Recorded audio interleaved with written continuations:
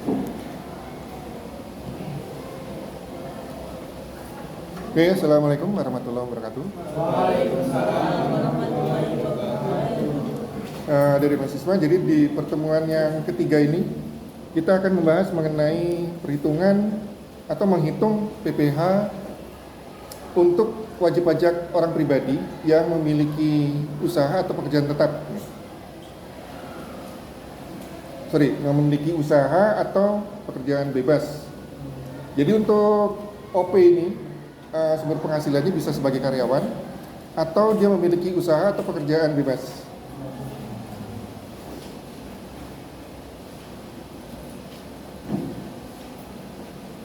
Jadi definisi pekerjaan bebas di sini, pekerjaan dilakukan oleh seseorang yang mempunyai keahlian khusus dan tidak terikat oleh hubungan kerja.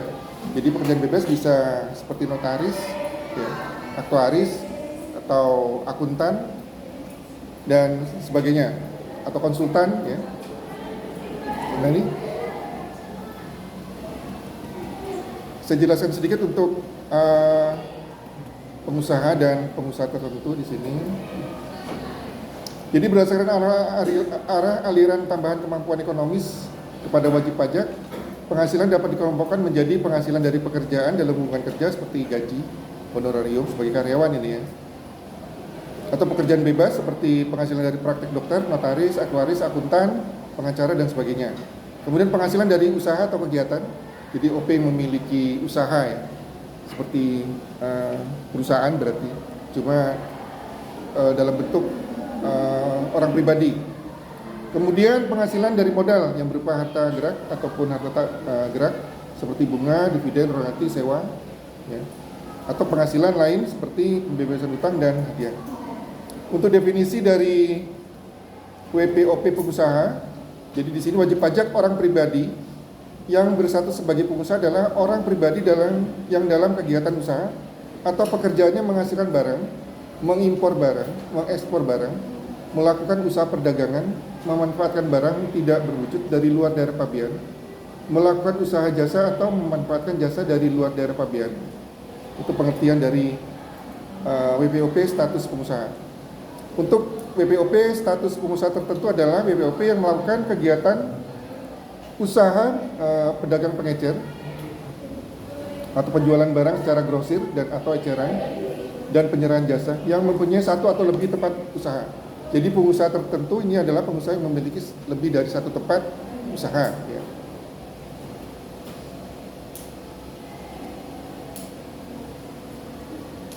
Untuk pelaporannya, jadi untuk praktik perpajakan ini kita lebih banyak mengisi SPT, melaporkan. Jadi hitung, bayar, lapor. Jadi setelah kita hitung, kita bayar dulu, baru kita laporkan. Kalau belum kita bayar, belum kita lunasi, berarti belum bisa kita laporkan SPT ini. Jenis kewajiban laporan, jadi untuk wajib pajak OP memiliki usaha atau pekerjaan bebas, melaporkan penghasilan selama 1 tahun pajak dengan formulir namanya SPT tahunan 1770. Paling lambat 3 bulan setelah berakhirnya tahun pajak.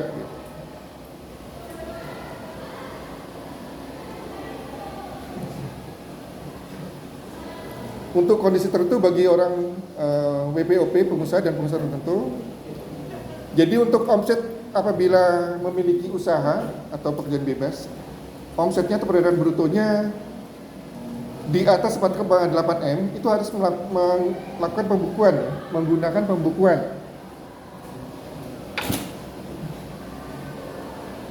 Untuk yang peredaran brutonya atau omsetnya di bawah 4,8 tidak wajib menggunakan pembukuan, tidak wajib artinya boleh sebetulnya.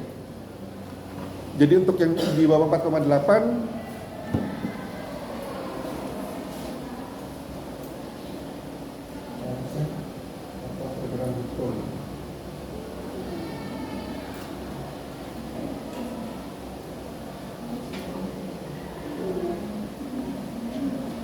yang di atas 4,8 harus melaksanakan pembukuan, membuat pembukuan. Yang di bawah atau sama dengan sampai dengan 4,8 ini pencatatan. Jadi dia catat omsetnya berapa tiap bulan. Ya, tidak wajib menggunakan pembukuan. Kalau yang di atas harus menggunakan pembukuan di atas 4,8 nya.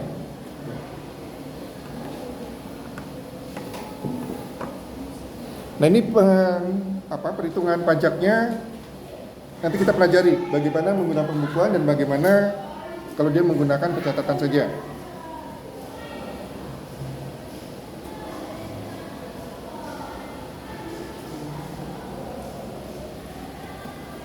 Untuk tarif ini sebetulnya ada beberapa macam tarif ya. Untuk tarif penghasilan orang pribadi pasal 17 Undang-Undang PPH nomor 36 tahun 2008 menjelaskan tentang tarif pajak penghasilan digunakan untuk menghitung besarnya pajak penghasilan yang harus dibayar oleh wajib pajak pribadi dan wajib pajak badan atau perusahaan. Jadi di sini untuk PPH tarif pasal 17 Undang-Undang PPH untuk OP ini berjenjang di sini ya.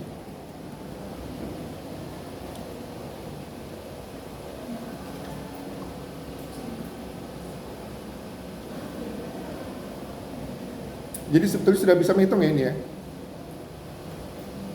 Untuk PKP sampai dengan 60 juta tarifnya kali 5%. Di atas 60 juta sampai dengan 250 juta tarifnya 15%. Di atas 250 juta sampai 500 juta tarifnya 15%, 25%. Di atas 500 juta sampai 5 miliar tarifnya 30%. Di atas 5M dikenakan tarif 35%. Ini tuh PKP ya. Setelah kita hitung penghasilan kena pajaknya. Untuk OP sudah bisa menghitung kan?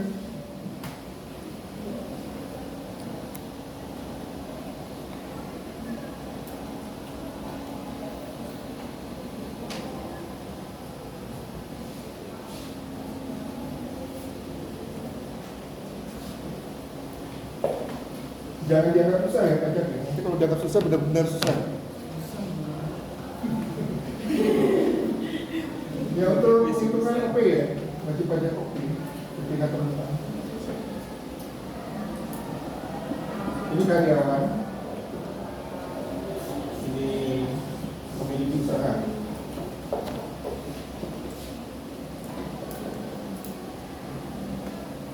Atau pekerjaan bebas. Jadi pemilik usaha harus seperti usaha toko pakaian, usaha beras, misalnya, ini usaha.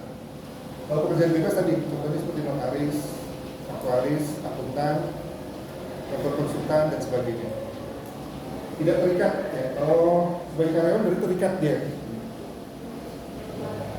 Nah, kalau ini berarti penghitungannya kalau menggunakan pembukuan,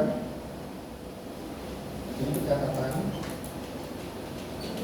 Jadi kalau omsetnya dia di atas 4,8 harus menggunakan pembukuan, seperti di akuntansi. Penjualan dikurangi biaya tepatnya berapa, penghasilan itu dikurangi PTKP kalau OP ya. PTKP hanya untuk OP saja, badan tidak ada PTKP. Nah ini karyawan. Kita contohnya saja dari bulan bruto.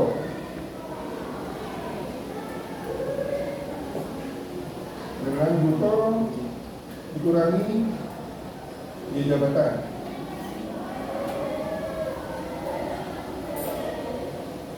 Ini penghasilan itu. Penghasilan itu dikurangi PTKP.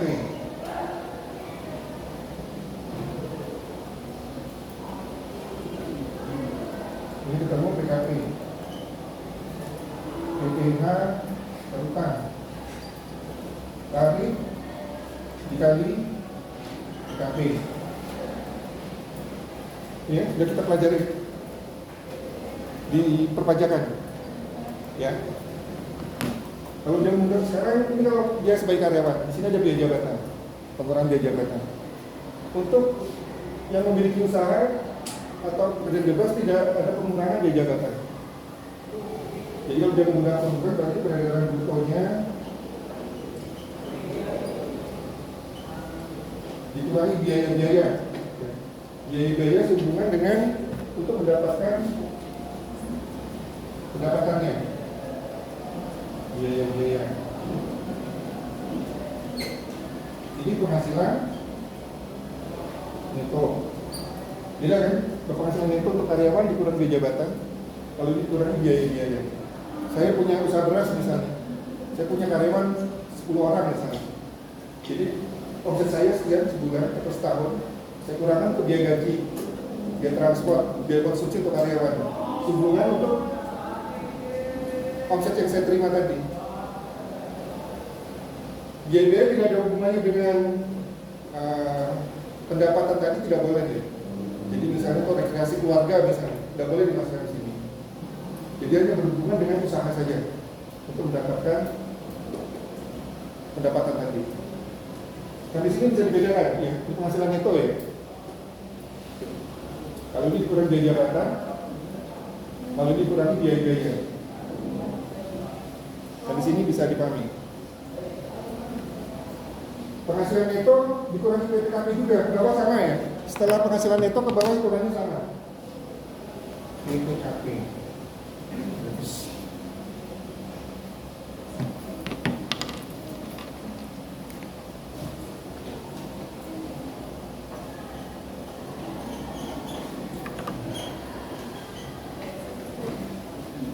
Sama ya, ke bawah sama, dikurangi PTKP, nanti ketemu PKP, dikalikan dengan tarif akan ketemu PPh terutang.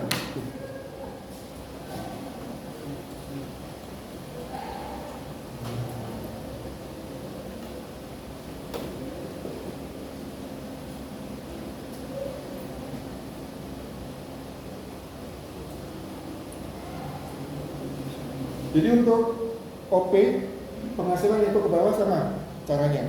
Penghasilan itu dikurangi PTKP ketemu PKP, kemudian untuk menghitung PPh terutangnya PKP dikali tarif. Tarifnya tadi, tarifnya ada 5%, 5%, 15, 25, 30, 35. Untuk yang catatan berarti dia tidak ada pembukuan.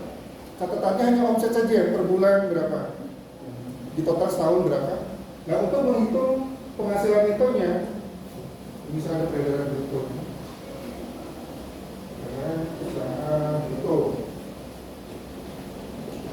Nah untuk menghitung penghasilan netonya, nah ini peredaran bruto dikali tarif MPPN.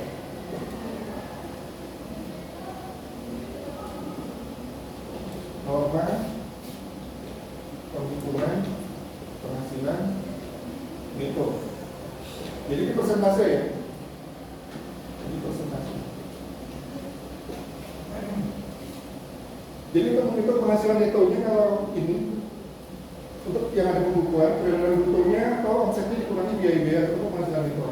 Nah kalau OP-nya hanya menggunakan pencatatan saja, tidak ada pembukuan, dia tidak mampu membuat pembukuan. Penghasilan netonya dihitung dari peredaran bruto dikalikan tarif MPPN, norma penghitungan, namanya norma penghitungan. Ini persentase. Jadi kalau misalnya dia punya usaha beras, norma penghitungannya beda mungkin dengan yang memiliki usaha makanan misalnya. Dilihat di listnya saja dari DJP untuk usaha beras, tarifnya berapa? Ini akan ketemu penghasilan neto. Akan ketemu penghasilan neto. Nah untuk ke bawah sama ya, jadi penghasilan neto dikurangi PTKP, ketemu PKP, sama, ke bawah sama. PPh terutang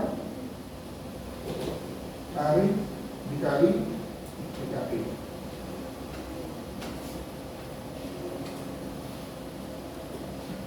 Ini kalau karyawan, peredaran bruto dikurangi biaya jabatan ketemu penghasilan neto. Jadi intinya di sini ya, penghasilan neto ini. Karena kalau setelah penghasilan neto ke bawah hitungannya semua sama. Yang berbeda untuk penghasilan neto ini bagi karyawan, peredaran bruto dikurangi biaya jabatan dulu. Di sini bisa tambah tunjangan tetap ya. Untuk yang memiliki usaha dengan pembukuan yang memiliki OP memiliki usaha atau pekerjaan bebas yang memiliki dengan menggunakan pembukuan, penghasilan netonya dihitung dengan cara peredaran bruto dikurangi biaya-biaya untuk penghasilan itu. Ke bawah sama dikurangi PTKP, ketemu PKP dikali tarif untuk menghitung PPh terutang. Untuk yang menggunakan pencatatan penghasilan netonya dengan cara ini rumusnya. Peredaran bruto dikurangi dengan tarif MPPN, ketemu penghasilan itu. Ke bawah sama, dikurangi PKP, ketemu PKP, Yang tadi itu dengan tarif dikali.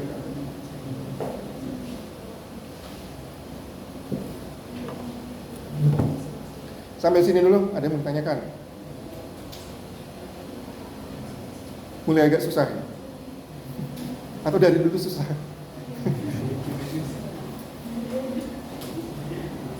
Ya ini kalau kalian punya usaha, jadi anak manajemen pemasaran kadang kan mulai membangun usaha bisnis. Nah untuk menghitung PPh-nya seperti ini. Daripada kalian menyewa staf pajak, anak accounting yang kalian ambil, lebih baik kalian hitung sendiri kan. Jadi all round, serba bisa.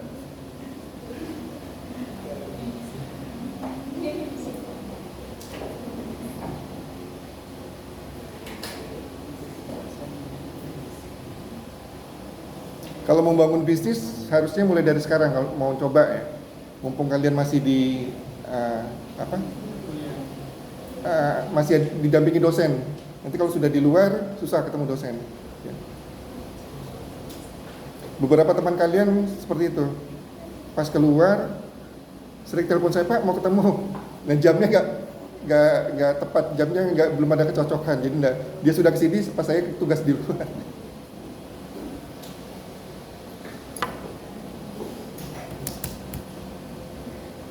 Oke, sampai sini ada yang bertanyakan mungkin? Sudah ada di sini ya. Nah ini rumus-rumusnya.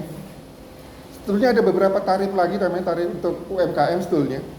Tapi nanti saja dulu ini tambahan. Jadi saya beri materi yang utama saja dulu. Jadi sebetulnya banyak kasus, banyak aturan pemerintah juga tambahan untuk meringankan OP sebetulnya. Di sini ada tarif final sebetulnya. PP Peraturan Pemerintah Nomor 23 Tahun 2018